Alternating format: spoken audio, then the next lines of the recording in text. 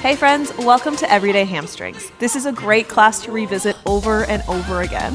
It will be helpful to have a strap and also a blanket if you like to prop up your seat at all.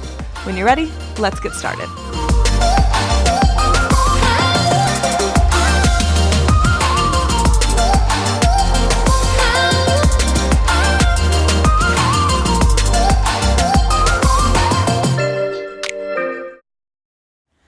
Let's get started today in toes pose. So you're going to lean forward and tuck all 10 toes underneath you.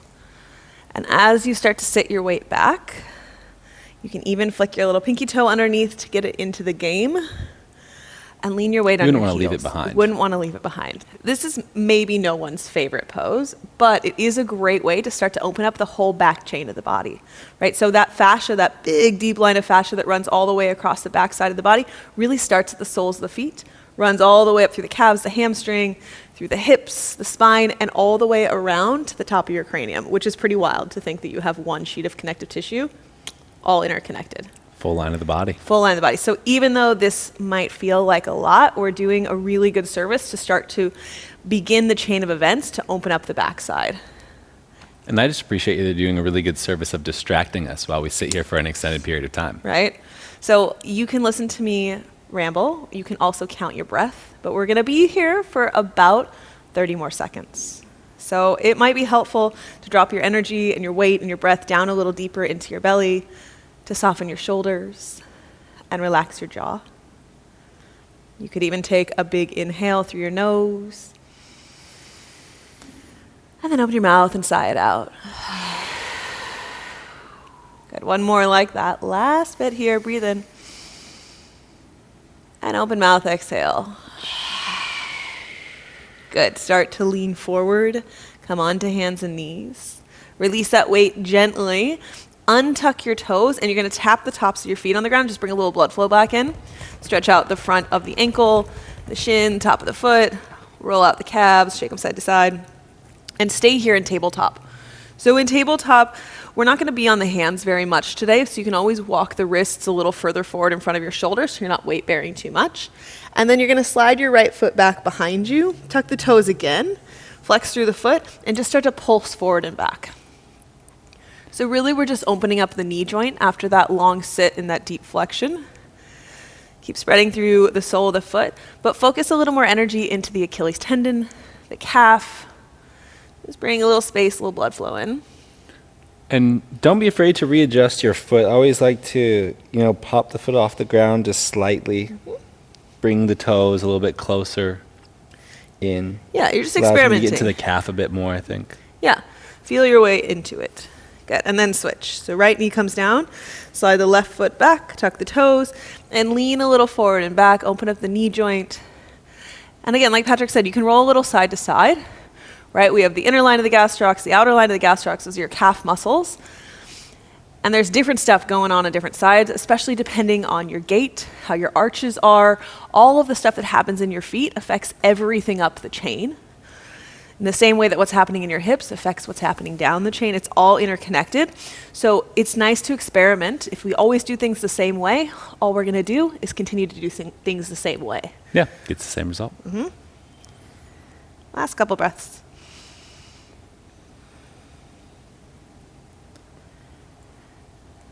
Good. And then slide your knee back together.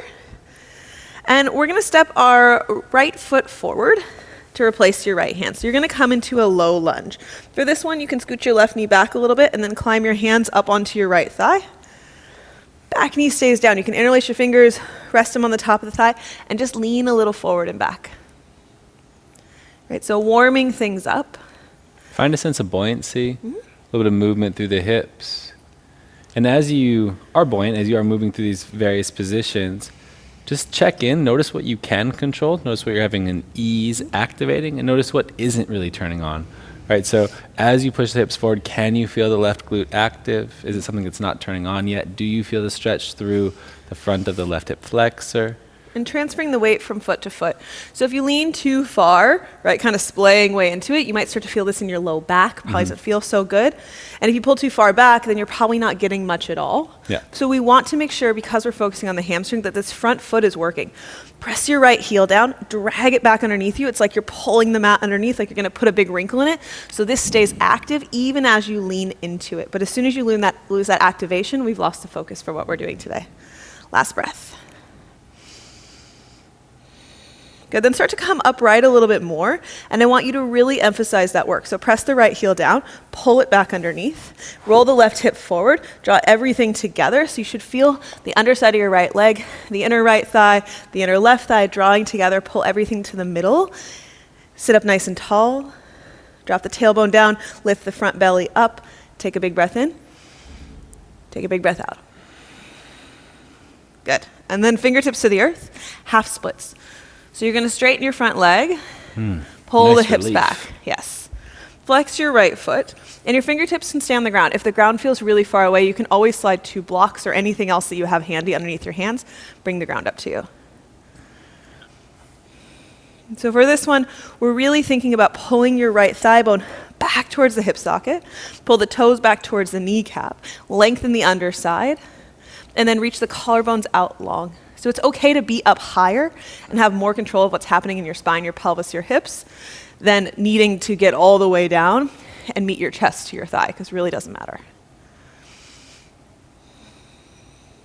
So options to stay right here. This feels pretty good. You want a little extra activation. I feel like it's only right that we try to pick up the right foot. Let's do it. So fingertips can stay down or whole hand down. Press down, take a big breath in. On your exhale, pick up the right foot, hover it. Good, pull your toes towards your nose. Lift that right leg a little higher, maybe pulse it for 10, 9, 8, The pulse is up to 7, empty. 6, it does, 5, 4, 3, 2, and 1. Set it back down. Good, bend your right knee, lean into it.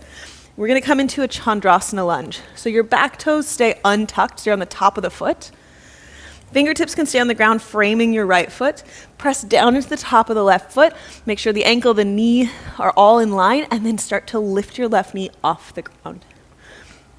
So as you press into the top of the left foot, you might stay right here. Keep pressing your right heel down, drag it back underneath, so right hamstring is still working to support you. Fingertips can stay on the ground the whole time, or if you wanted to go all the way upright, Patrick is gonna show you what that looks like.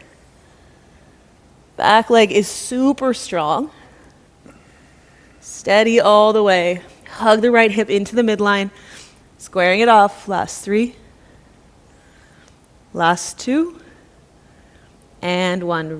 Release gently all the way down. Good.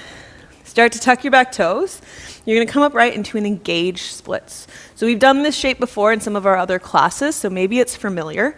And as you rise all the way up, we're not going down into our deepest splits quite yet. We're just going to find this shape. It's like a really long pyramid or a shortened splits. Turn the hips together towards one another. Flex your front foot. Find a steady gaze. Fight for the balance. Fight for the balance. Fight through your left leg. Feel the left knee lifting. Good. Breathing.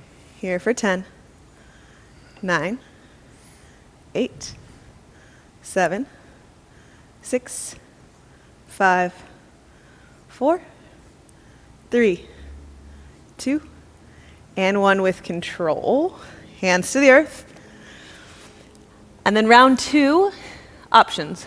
Either another round of your engaged splits, so just like you were, but take it another, let's say 10, 20% further. Still lots of control, but you can be upright and focus on that engagement, or all the way down into your full splits. You ready? Yep, let's do it. You going engaged? I am. What Okay, are you I'm going down. with? So take your time, add any props that you need. Find the version that works best for you.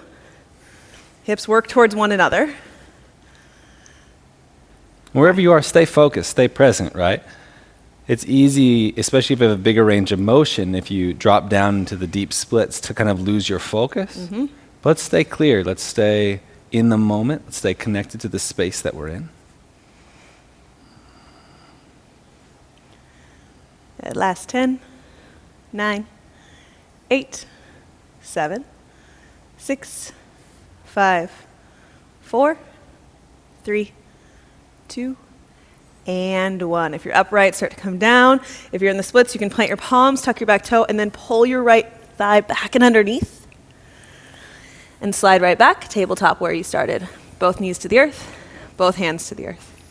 Good, shake out the hips. You can straighten one leg and then the other, similar to the little pulses we did to start.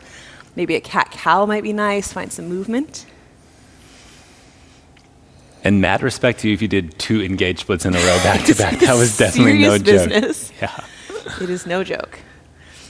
I know people think of the splits as the harder option, but if you've got more movement in your body, it can be sometimes easier to hang out in the passive place than to challenge yourself in the active place. Yeah, and those are 2 different activities there. So we're going to step our left foot forward to get ready for that lunge. But there's passive range of motion, there's active range of motion. Our goal with all of our movement efforts, especially when it comes to flexibility, is to try and make those 2 things as close to equal as possible. It's never going to be exactly the same. By the way, pulse through the right hip, as Carling is doing. It's never going to be the same, but like if your passive range of motion will always be bigger, right? But if your passive range of motion is 100, we want to get that active range of motion to 99. Right. That's our goal. Yep.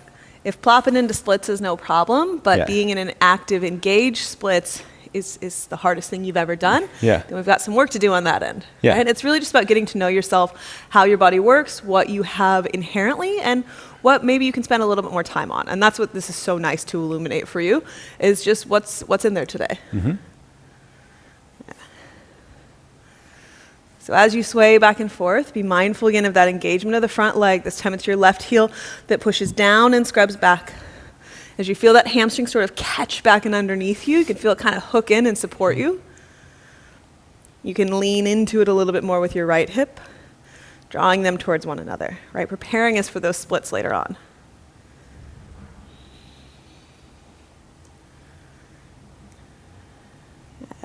And then start to come more upright in your lunge and come into that engagement. So again, pull the front heel back and under, roll the back hip forward, draw it together, sit up really tall, curl your tailbone under, pubic bones slide up, reach through the crown of the head, and pull everything together as engaged as you can, way up through the middle, through the pelvic floor. Here for a big breath in, and then let it go. Hands to the mat. Half splits, straighten your front leg. Pull the hips back and underneath. Flex your left foot, reach the collarbones forward and the tailbone back. Get longer in between those 2 places so you find some extension all the way through the spine, the crown of the head. And in fact, in this moment, just close your eyes and then bring all your awareness to the tip of your tailbone. Wherever it's pointing, try and point it up higher towards the sky, towards the ceiling. So you're taking your pelvis into more of an anterior tilt. As you bring that awareness to this space, you'll naturally notice more depth in your left hamstring and your left leg, more activation, more awareness. And sometimes to get that tilt that you're looking for, you have to come up a little higher. Yeah. And it's not a big deal.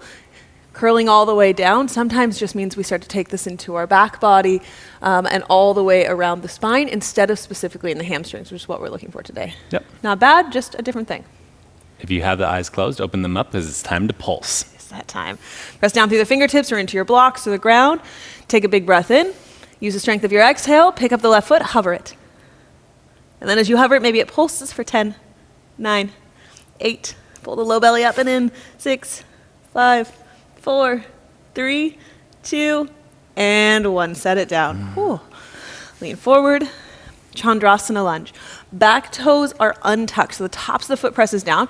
You can press all 10 toenails on the right foot into the earth, and then start to lift the back knee. Fingertips can stay down the whole time as you lengthen through the top of your right leg.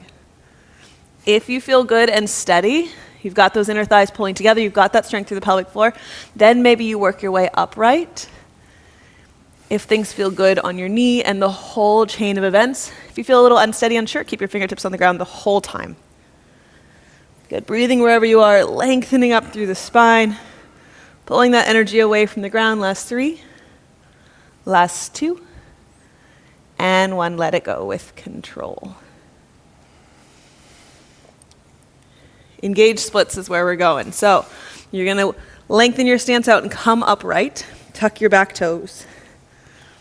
Rise up. See if you can pivot both hips forward as if you had headlights on the hips or try to turn towards the top of your mat.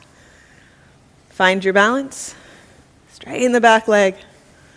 Steady your gaze. 10, 9, 8, 7, 6, 5, 4, 3, 2, and 1. With control, lower it down. Good. Knee to the earth and make your choice. Either engage splits round 2, push it a little further, find another 10, 20%, still in control of that range of motion, but start to lengthen out the stance, or slide down into your full splits. Wherever you're going, making a choice, adjusting, adding any support you need. Find your gaze, find your drishti. And whether you're balancing or whether you're all the way down, slow the breath. Focus up for 10, 9, 8, 7, stick with it. Got it. 5, good save. I know sometimes 4, you need them. 3, 2, and 1. Nice job. Use your strength to pull yourself back together, all the way back and under. Tabletop is where you're going. Shake out the legs behind you. You can even lift the legs, circle the hips a little bit. One and then the other. And then sit back on the tops of your feet, Vajrasana. So just sitting on the feet, stretch out the tops, rest your hands in your lap, take a breath in, and open the mouth, exhale. One more breath in. Exhale. Bring the two halves back together, a little bit of symmetry. And then roll around, sweep your legs out to one side, and come onto your seat. So we're going to come into Janu Shirshasana. Right leg comes straight out in front of you. Left leg, it sort of looks like tree pose, but sitting on the ground. And options, you can sit right on the ground if you need a little more elevation, if you find your low back rounding. Pop yourself up onto a blanket so you can flick the tailbone back just a little bit, sit bones back behind you, and get up taller on top of things. So from here in our Janu, we're going to start, just crawl your hands out long over the right leg. Reach the chest out. And take note of where you go this first round. Where do you end up? It's not about pushing yourself to the deepest place, but just where are you? Take note of where that is.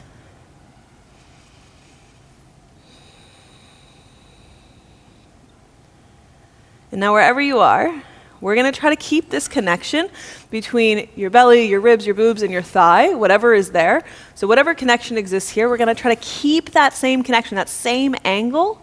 Use our fingertips into the ground. And maybe you guessed this, but we're going to pick up the right foot. So everything stays the same as best you can. Take a big breath in. On your exhale, push the ground away. Lift your right leg. Keep it squeezed in. Lifting and lifting and lifting for 5, 4, 3, 2, and 1. Set it down and fold. How you doing over there? My favorite thing about this part is that you just get deeper in the Janu after each round. Mm-hmm. I guess, spoiler alert, there's a second round and a third. There's a little payoff, right? The lift, tough, but then you get that sink on the next one. Yeah, it feels nicer. It feels more relaxing. It's like putting your body into that tension and that stress, and then afterwards you're just allowing yourself to let go. Mm-hmm. A good release. All right, round 2. Walk your fingers back just a little bit. I like to come onto my fingertips. Take a breath in. Exhale, push and lift off. Right foot off the ground, lift it a little higher, a little higher, a little higher. Try to turn your right toes out to the right. So externally rotate that right leg, spin it outward and lift a little higher. 3, 2, and back to center. And set it down, fold all the way. If you get a little cramp in your right quad, you're doing it right. Good job. Might as well embrace the cramp instead of try to stave it off. All the way down.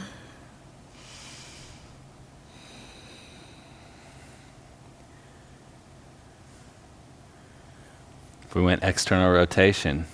Logically, there's internal rotation. We'll go internal next. So same, but different. Exact same exercise, but when we lift, we're going to turn our toes in. So internally rotate the right thigh. You're trying to turn from way deep inside the right hip socket.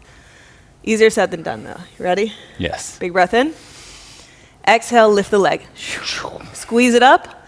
And then turn your right toes to the left. Roll them in, roll them in, roll them in. 5, 4, 3, 2. Back to center. And set it down. Last fold all the way down. I really liked your sound effect that time. I wonder Did I where you make got a that sound from. effect? You did. Didn't even know it. It was the same. It Didn't even mean to. was good for you.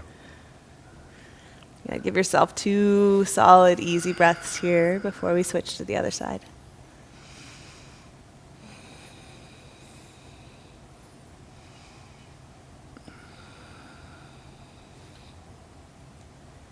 Good. Walk your way back upright. Got to do both legs. So extend the left leg. Pull the right heel in. Sit up nice and tall, adjust however you need to, and fold over the left thigh. First round, settle in. See where your body naturally goes, how much space there is, or where a little lack of space might be, and just take note of those connections, where the compression is, the soft compression on the left leg and the front of the left body.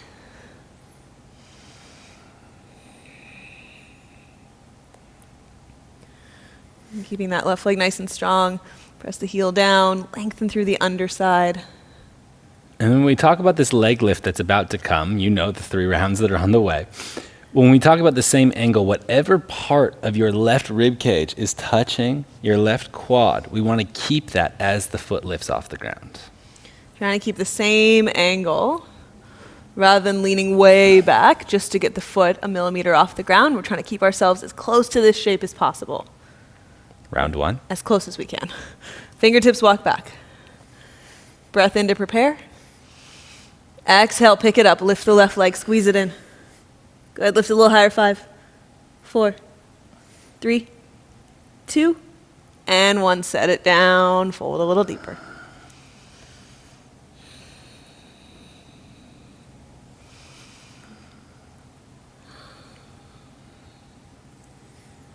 All right, round 2, you ready? Let's do it. Walk the hands back. Breath in to prepare. Exhale, push and lift. Squeeze it up. Lift it higher and higher and higher. This time externally rotate your left leg. So turn from deep inside the left hip socket. Roll it open, roll it open, roll it open for 5. Embrace the shake. 4, Keep fighting 3, the fight. 2, and back to center. Set it back down. Fold all the way.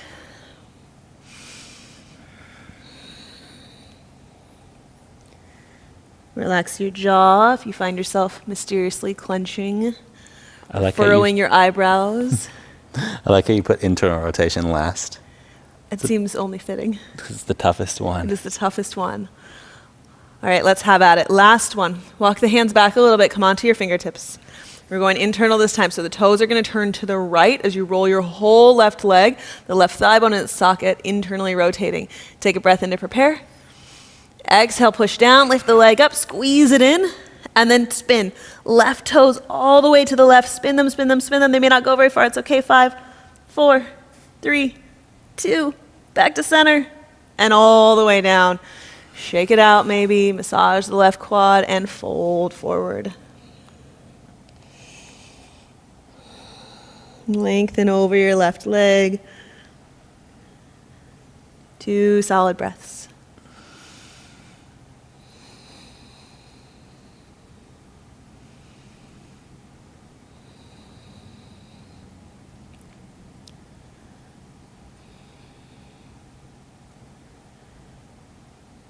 Start to walk your hands back upright. Extend your right leg to meet the left. Roll down onto your spines. You are done with that. And take your strap with you. That one's tough, but it always feels nice afterwards. It does feel there's reward at the end. There really is. It's one of those. I don't know, just a special posture when you add in those leg lifts to it. So as you come on your back, you're going to hook your strap around the sole of the right foot.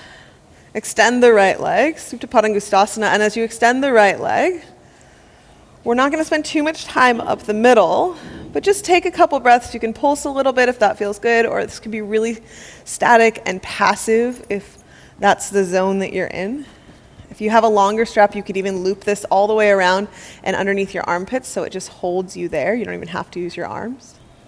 And go ahead and switch both tails of the strap to your right hand. And we're going to open the right leg out to the right.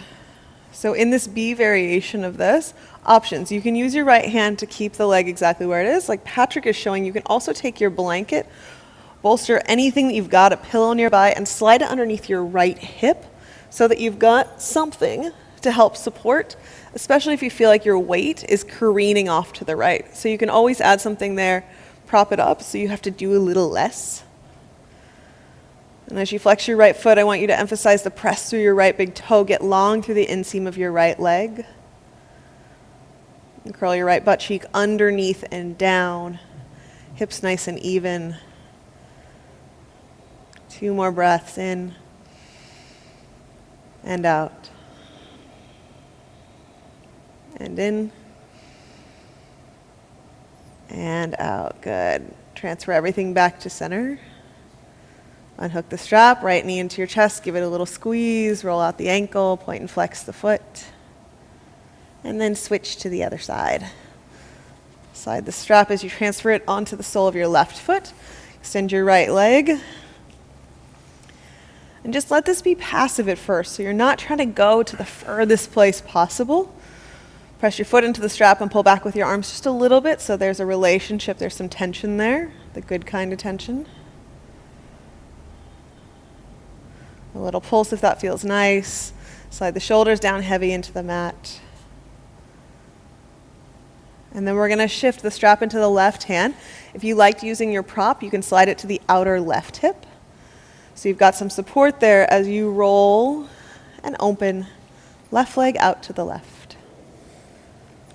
And if you're using the prop, you want it to be as close, in the prop in this situation being the blanket, or of course if you had a block, that's a bit more rigid, but you want the blanket especially to be as close to your outer edge of the left hip as possible, so it's keeping your pelvis squared up to the sky. Mm-hmm. That's going to allow you to release more naturally and not create compromise with the hips doing the moving instead of the hamstring. Yeah, you're not careening all the way off to the left side, losing the stability. Remember, the inner line of the left leg stays long, the outer left hip curling down and under, bringing your hips back into balance. Couple more breaths. Soften your gaze and your jaw and the skin around your eyes. Slowing things down. Last in. And slow, easy breath out. Good. When you're ready, come back to center. Bend your left knee. Set your strap to the side. Squeeze your left knee into the chest.